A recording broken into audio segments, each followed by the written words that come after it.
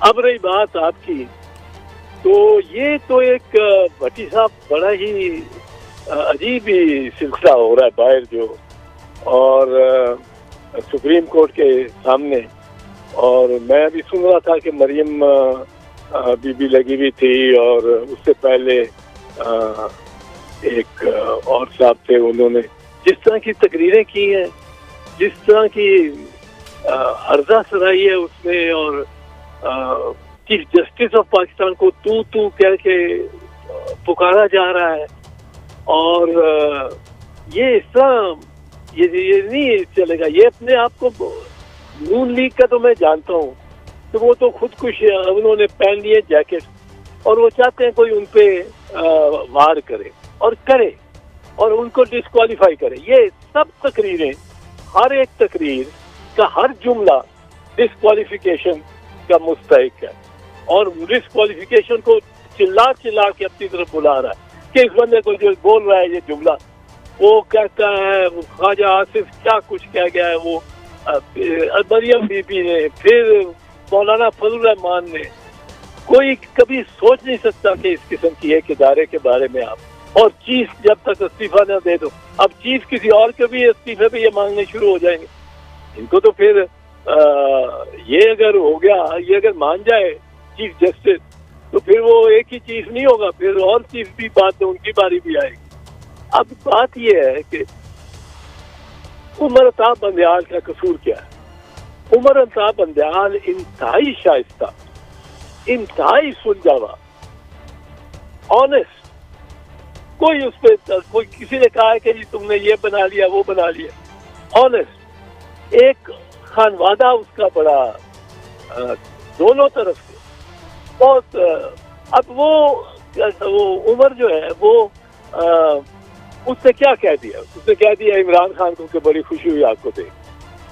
वो उमर ने मतलब मेरे साथ काम भी किया, और इतना पोलाइट बंदा, वो अदालत में कोई सीनियर वकील मेरा देर बाद पेश हो, खालिद अनवर साहब है, उससे पूछो, वो देर बाद पेश हो कुछ महीने दो के बाद, तो वो जरूर कह देगा कि आपको बड़ी खुशी देखे आज, यूर लुकिंग वेरी गुड, और माशाल्लाह। उसका ये मिजाज है। अब वो डिसेंसी की वो कीमत अदा करे कि वो इस्तीफा दे। अब बड़ी ये इंतहाई बात लगती है, और मैं नहीं समझता कि वो इस्तीफा देगा। एतजाज साहब, अभी मरियम नवाज साहबा ने कहा बड़ा सख्त लफ्जों में, जो नारेबाजी की वो हम सुना नहीं सकते। उनकी फैमिली के बारे में मोहतरमा उमर अता बंदयाल साहब की जो गलीज लफ्ज नारेबाजी वो हम सुना नहीं सकते। उन्होंने कहा ये होते कौन है, एक मुलजम सरकारी इदारे की तवील में है और उसको तलब कर लिया, तो एक मुजरम जेल में था, उसे अस्पताल लाया गया, और उसी मुजरम को 4 साल हो गए हैं लंदन में है। तो क्या ये दोहरा मेयार मरियम नवाज साहबा को नजर नहीं आता? अगर मुलजम इमरान खान तो मुजरम नहीं थे गालबन, उधर उन्हें एतराज है, तो नवाज शरीफ को लंदन भेज दिए 50 रुपए के एफिडेविट पे, तो कानून का दोहरा मेयार नहीं बज़ाहिर नजर आ रहा? नहीं, ये तो ऑब्वियस है। वो कहती है कि इसको आपने एक मुलजिम को जिसका रिमांड हुआ है उसकी आपने जमानत कर दी। वो रिमांड वाला तो सिर्फ रिमांड हुआ है, तफ्तीश चल रही है। एक मुलजिम कन्विक्ट हुआ है और मुजरिम है, जेल में है, उसको आपने लंदन भेज दिया, वो आपके वालिद साहब है। किस तरह आप शिकायत कर सकते, शिकवा कर सकते? फिर आप देखें कि ये जो कहते हैं कि जी पनामा से अकामा, कह रहे कि पनामा से अकामा, और अकामा तो बहुत बड़ा जुर्म है। खुद अकामा भट्टी साहब खुद एक बहुत बड़ा जुर्म है। अकामे का मुराद क्या है कि आप प्राइम मिनिस्टर तो पाकिस्तान के, पर आपने मुलाजमत एक रखी हुई है एक फॉरेन कंपनी, एक गैर मुल्की कंपनी के आप मुलाजिम भी हैं, और मुलाजिम है उसका अकामा एक सर्टिफिकेट है कि ये मुलाजिम होते हैं, तनख्वाह ले या ना। अब उकामे से क्या फायदा है? उकामे से एक तो फायदा है कि आप वहाँ चूंकि दुबई के या यूएई के आप रेजिडेंट साबित हो जाते हो कि परमानेंट वहाँ आपकी रेजिडेंसी मिली। आपका आना जाना, कोई वीजे की जरूरत नहीं है, आपके पास कार्ड है। लेकिन दूसरी चीज है, उस कार्ड की बिना पे आप Liechtenstein, Luxembourg, Switzerland, Cayman Island, Isle of Wight, Isle of Man, Panama, यहाँ के जो पनाहगाहें हैं रिश्वत के माल की, और सारे दुनिया के जो अमीर तरीन लोग हैं जिन्होंने अपना सारा टैक्स से बचाया हुआ सीक्रेट रिश्वत का माल रखा होता है, वो वहाँ रखे होते हैं डॉलर में, और वो आपके वहाँ आप उस कार्ड की बुनियाद पर अकाउंट खोल सकते हैं। और उसके अब ख्वाजा आसिफ है, उसके पास ये अकामा था, उसने तो तनख्वाह भी मानी नहीं है, उसने तो कहा कि मैं तनख्वाह भी लेता रहूं।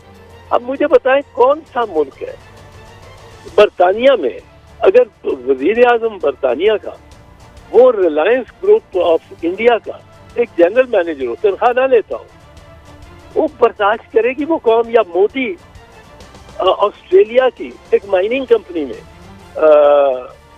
वो डायरेक्टर हो, वो मानेगी कोई इंडिया में उसको वजीर आजम रहने देंगे? ये तो बड़ा ही संगीन जुर्म है। इसका मतलब है आपके वो भी अकाउंट्स भी, जाली अकाउंट्स भी आपके पास हैं, हर चीज है, और आप कहते हैं पनामा से उकामा चले गए। अच्छा साहब, सॉरी मैं आपको रोक रहा हूँ, they have got away with it. और बिल्कुल आपने सही फरमाया कि जिस बात पे शर्म से डूब मरना चाहिए वो उसे हम अपने डिफेंस के लिए पेश करते हैं। ये रेफरेंस ला रहे हैं, करारदाद पेश की है पार्लियामान में और कहा है जी हम कटहरे में, मैं इसको कोट कर रहा हूँ, मेरे लफ्ज़ नहीं है, फादर चीफ जस्टिस हम इज्जत और इतराम सबका करते हैं। तो ये क्या ये रेफरेंस ले आएंगे और उसका क्या नतीजा होगा? एक तो ये है, तो दूसरा सवाल मैं फिर बाद में पूछूंगा, वो भी जरा अहम है। जी इत्तेज़ाज़ साहब, रेफरेंस चल ही नहीं सकता ना जी। आप देखें, जब ये आइन कहता है, मैं आइन कहता है जो वो बता रहा हूँ, मुझे इसमें अब किसी के साथ वफादारी की नहीं, मैं आपको क्लिनिकली सर्जिकली बता रहा हूँ आइन क्या कहता है।